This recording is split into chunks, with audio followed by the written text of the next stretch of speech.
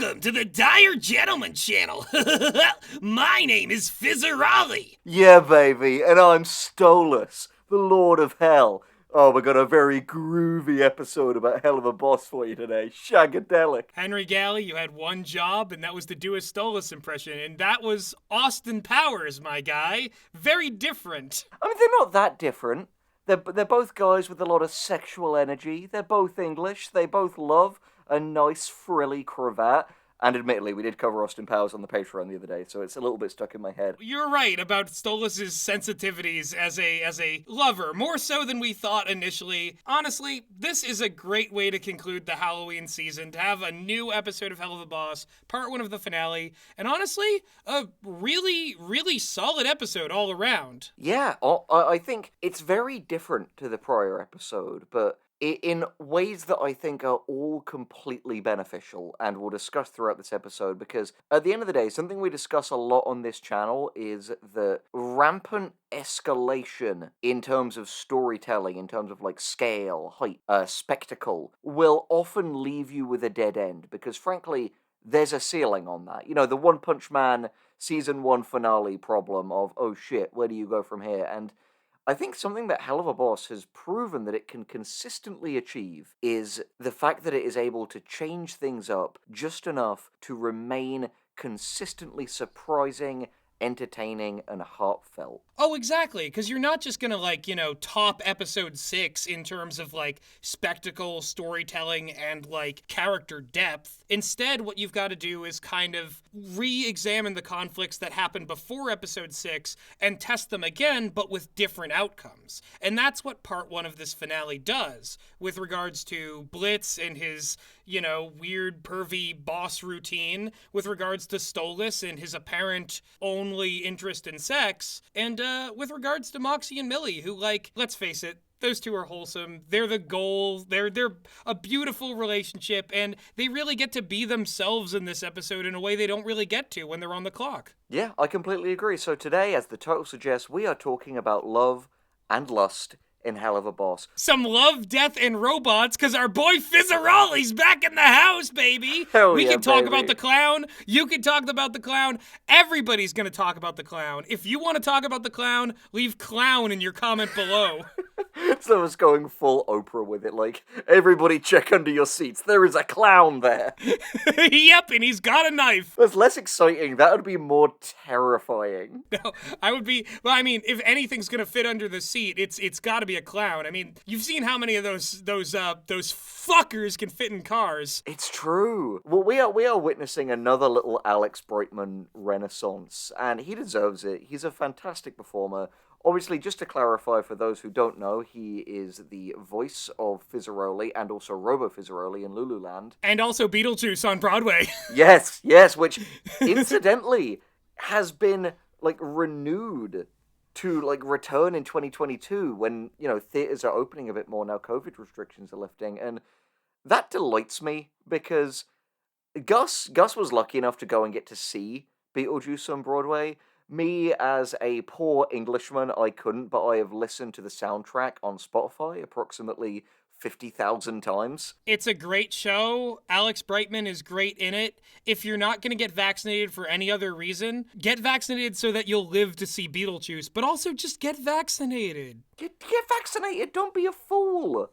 Exactly. The sooner you're all vaccinated, the sooner this is over. Don't be a clown. Get vaccinated. Exactly. There's not an actual hell that you'll go to when you don't get vaccinated. There's just an abyss of timeless emptiness where you're no longer conscious that you're a human being. Because God is dead. There never was a God. And get vaccinated. You don't want to die of preventable... This is the bleakest... Let's get back on track. What is happening? Let's get back on track. To be fair, this is naturally what happens whenever you discuss Beetlejuice. Which is, honestly, something that, really jives thematically and in terms of tone and presentation with Helluva Boss, because it's something that's quite loud and in your face and crass, but still manages to have this, wonderful beating heart, which I would say is a pretty good segue into talking about the heart of this episode, which is the characters and their experience at a certain nightclub called Ozzie's. No, this is a long time coming because like I think this combines elements of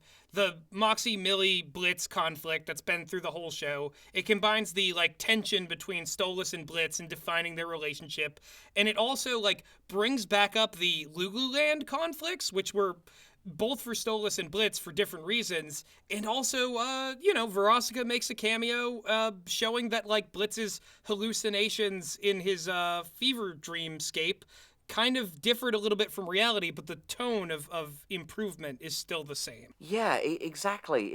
Like, I think if I had to pick out what I think is one of the major themes of this episode, but being the first part of the finale, is probably one of the major themes of the show itself. How it feels to be a person who was already burned every bridge. Like, that's who Blitz is. Like, we've made a few different video essays on this channel about Helluva Boss. Gus wrote a fantastic one about Blitz being the broken heart of Helluva Boss. And you wrote a fantastic one about Stolas and Blitz being a groundbreaking relationship. Good to me. Uh, This culminates a wonderful character study for Blitz as someone who has burnt every meaningful tether to his past. Like, this feels like such a horrible, trite comparison that I feel loath to make just because it feels like such a cliche for any, like, cartoon that tries to have meaning. But, like, I actually think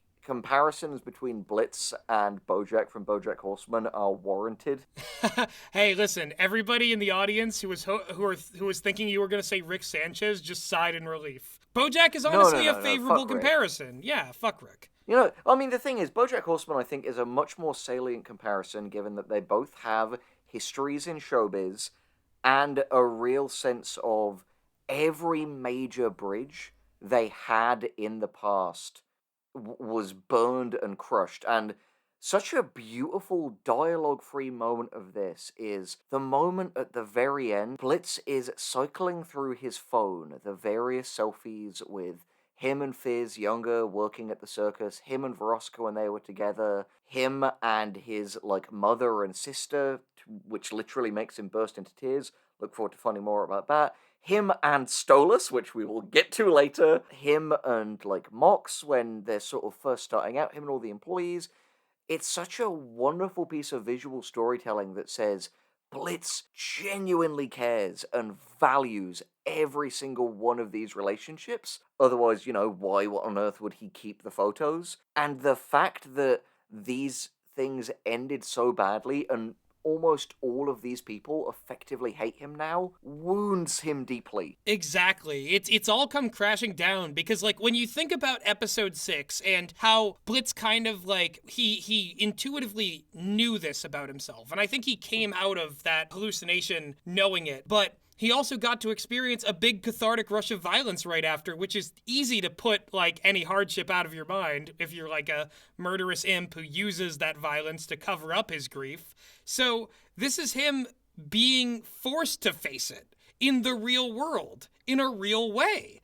And that's why the ending of this episode is so powerful, and just the beautiful sound design of just having the title come up as we hear his real sobbing. Brandon Rogers did a fucking fantastic job. Honestly, Brandon Rogers is a creator who I have come to respect so deeply because between the last episode and this, I've watched loads of like interviews with him when he's, just sort of being himself, not in character, and he is such a great example of the fact that the people who play like the loudest, weirdest, most ridiculous characters, both as Blitz and in his sketch comedy, are often some of the most like soft-spoken and thoughtful people. Something that I've really learned about Brandon Rogers through watching interviews with him is he's a guy who is so motivated by his just sheer desire to make people smile. I imagine that he brings a lot of that into Blitz's past as like a failed entertainer. Yeah, no, that makes a lot of sense. It's clear that like this show, even though it is a comedy, even though it has jokes, at the end of the day, this is also an important character study where things legitimately change for the characters. Blitz doesn't just get off scot-free for these shenanigans. He is now actually being made to suffer. And as we can see on the Stolas side of the equation, like, Stella literally like left, and Octavia like stays with her a lot of the time. Like that relationship is not going to just like snap back or be healed. Yes, Stolas is eating cereal and watching Telenovela at night. Like, eating cereal at night, as someone who has had, like, I have had cereal at night times in my life before, and they were always when I was at my lowest points.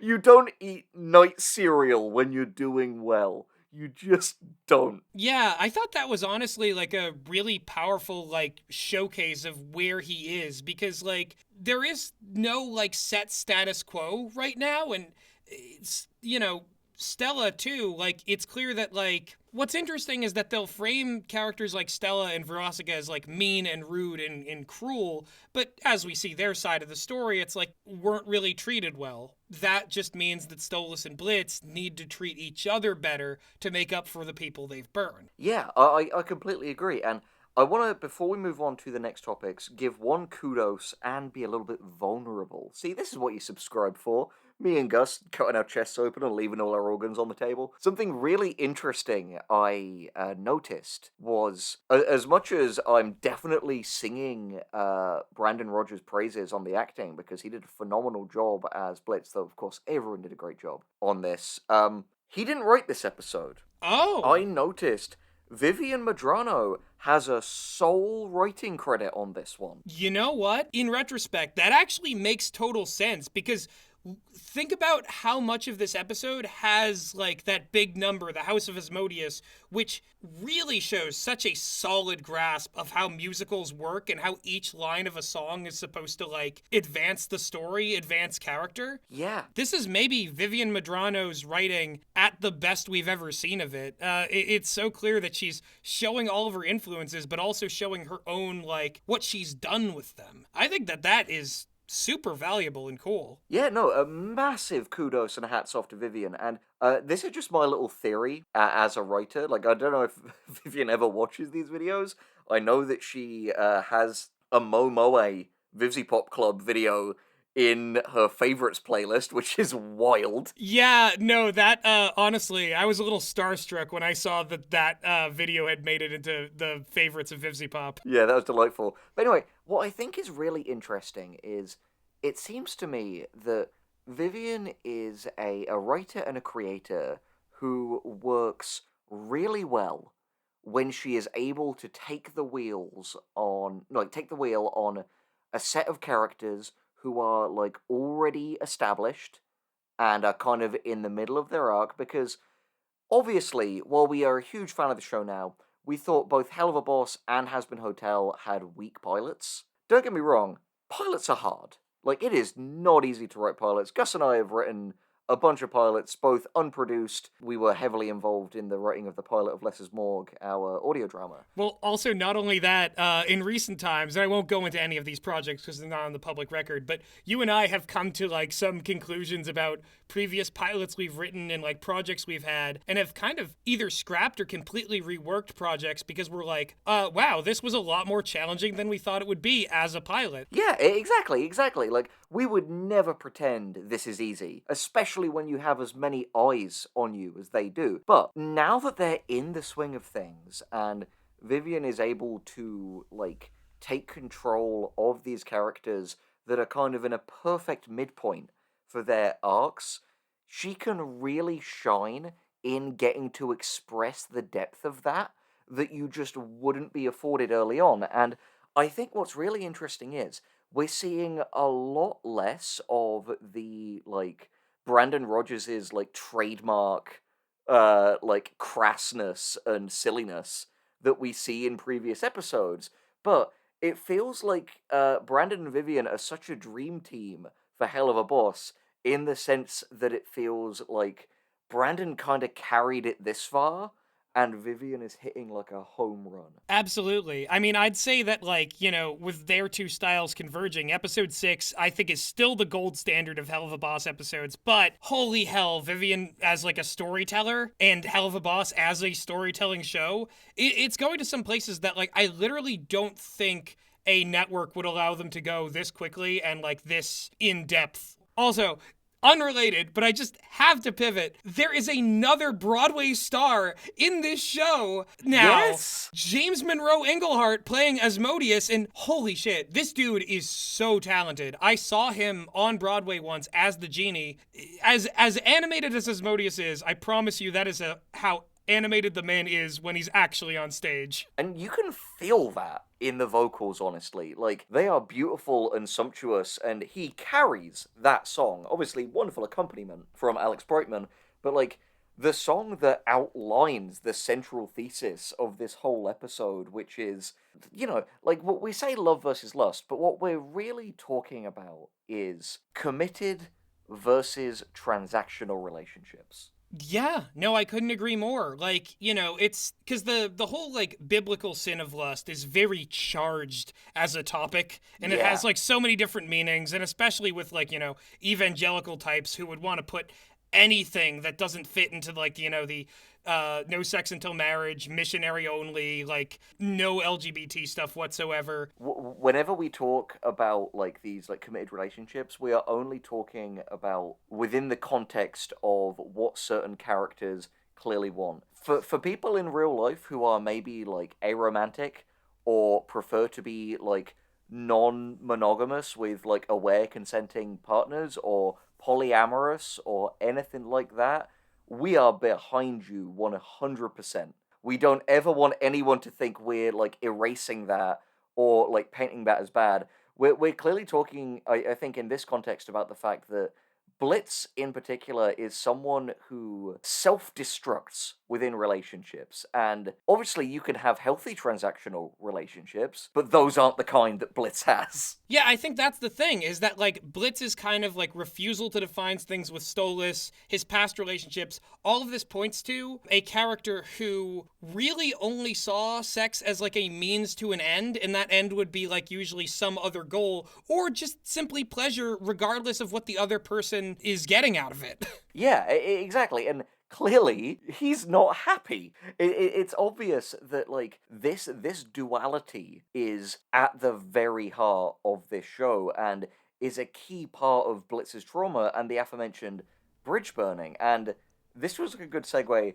Do you mind if I be vulnerable for a second, Gus and audience listening to this? I mean, this is the second time you've asked to be vulnerable. You know that you always have permission from me to be vulnerable on this show, Henry Galley. Thank you, thank you. Go right ahead, man. Get on with your bad The self. thing is, I'm not gonna lie, I really identify with Blitz's struggle in a sense. Like, obviously, right now, I'm in a very happy place. I'm in a committed relationship with Meg, who frequently appears on this channel.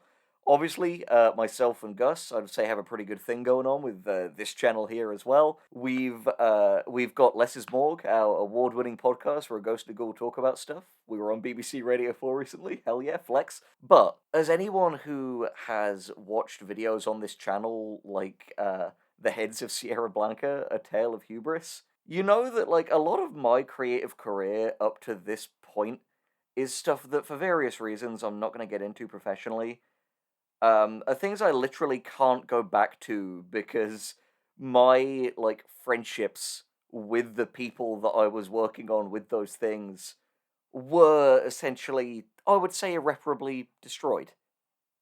And while I am very happy with where I am now, and I think I'm definitely further along this same journey than Blitz, there was this sense, I think, especially before Less is Morgue and this channel happened, where I was like, Jesus Christ, like, what am I? Like, there's nothing I've been involved in up to this point that I'd be, like, proud to tell people I was involved in.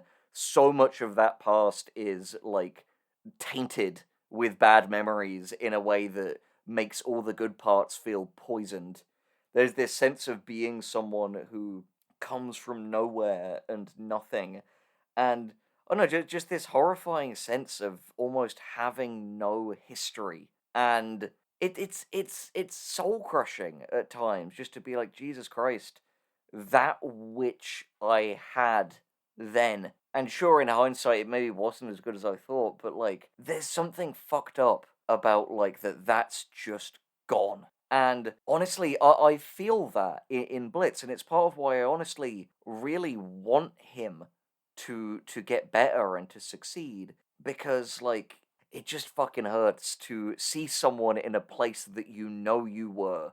And I imagine a lot of people watching this show, just given the sheer volume of the audience, feel the same way on some degree. What do you think? Well, dude, I gotta say, like, honestly, like, well, thank you for, like, saying all of that. I mean, obviously, I know you pretty well, so, like, I wasn't really surprised, but, like, you put it so eloquently, and I gotta say, too, just, if I may as well be vulnerable as well, Be my guest. I have like from the very beginning, from like when this show really started to pick up, really identified with Blitz, like because like the aspect I think most is just this feeling that he is this clown, and for my whole life, from like when I was like a little kid, I was always this like energetic kind of class clown type, and I really like kind of pathologized my need to like be entertaining. But as I grew up, I kind of learned that like, oh, I don't really actually like to be around people that much. So my entertainment aspect, my whole affect of like being someone who was like really super like, goofy and silly, it was more or less like a shield to keep people from getting to know the real me, because I didn't want that. But now obviously things have changed. I have you and Meg and the rest of the Less is Morgue team. I have close friends like, outside, like, I would say the people I play D&D with. There's people I live with too, my roommates, my brother. Like, there are all these people that I've actually like managed to connect to and are this bigger part of my life. And yeah, Blitz isn't there yet. And he's tried to be there to make those connections, and maybe at some point Moxie, Millie, Stolas, Luna, like those will be his people, and that's like what I would want the show to go towards, seeing him get it right. You're so right that like this character is like so fundamentally compelling, and the way that they are actually exploring this conflict is just so good. I can't help but like think back on the decisions I've made to become who I am and what I've lost in that process. And I think I speak for both of us when we've gained greater things than what we've lost, but we didn't always feel like that was going to be possible. Yeah, exactly. I completely agree, and I really appreciate you sharing that because, again, this is the power of hindsight in a lot of ways. And to see Blitz in this position of, like, not knowing what he could gain or what he even has gained because he is so, I would say, naturally fixated on what he's lost, given that the world just always wants to remind him what he's lost. In the same way that, like, you'll be like on Facebook or something, and suddenly it's like, hey, you may know this person, and you're like, yeah, but I wish I didn't. It's just that those very real feelings dealt with like via abstraction. That like this is a show that at this point, going from something that seemed like it could so just be like a goofy, violent, like Newground style like edge fest, that has become something so bleedingly sincere that it lends itself to this kind of like heart-rending honesty and vulnerability is fucking awesome, honestly. And that's the thing. This is only part one of the finale. I'm sure we're going to get some kind of like, interesting conclusion to this story arc, but I think they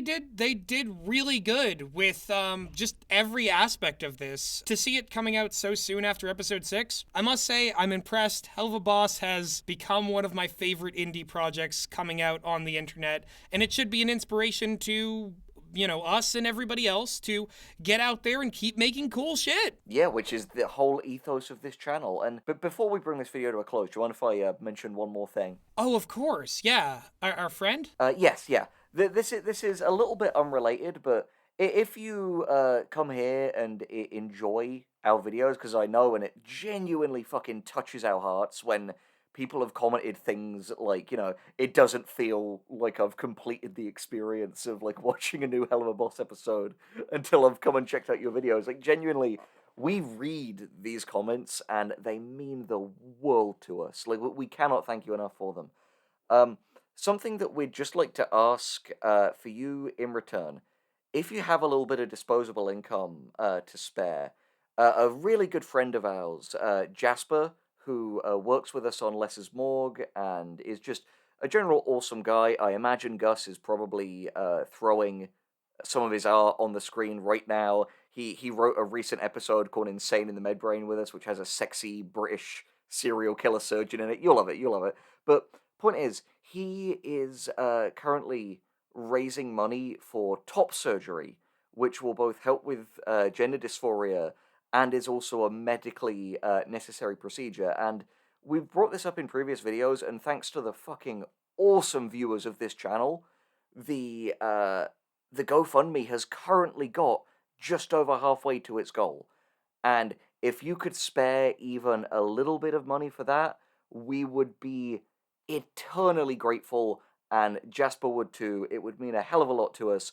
The link to that and Less is Morgue will be in the description. And Gus, if you want to briefly discuss this before we end, there'll be one more link in there. What will that be? Yeah, I think it's fairly obvious that we'll also be linking the Patreon down there, but I just wanted to say, more importantly than that, thank you to everybody who in our previous shout-out gave to the GoFundMe for Jasper. It's a really cool thing that you guys are doing, and if you do so again, if there are more of you who give, like, all the better. I really honestly think that with you guys, we can hit that goal really soon, and that would be really awesome. Jasper's a great writer, a great friend, and we super appreciate it. And yeah, also, you know, I have a Patreon, whatever. It's $1 a month. You get 2 exclusive podcasts. Whole bunch on there, movies, weird stuff like us fighting animals. Also, just to add to what Gus was saying, if you have, like, either previously donated to the Jasper GoFundMe or you do this time, just leave a comment saying that you have, and I swear on my eyes, I will go down there and thank you personally for it.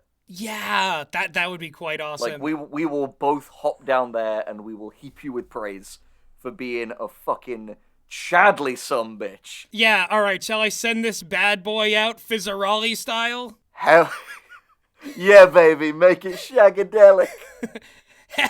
All right. Well, thank you for watching another Helluva Boss video from the Dire Gentleman channel. This has been Gus Zagarella and Henry Galley, and we're signing out. We'll see you in the near future. Freedom, baby, yeah! Groovy, baby, yeah!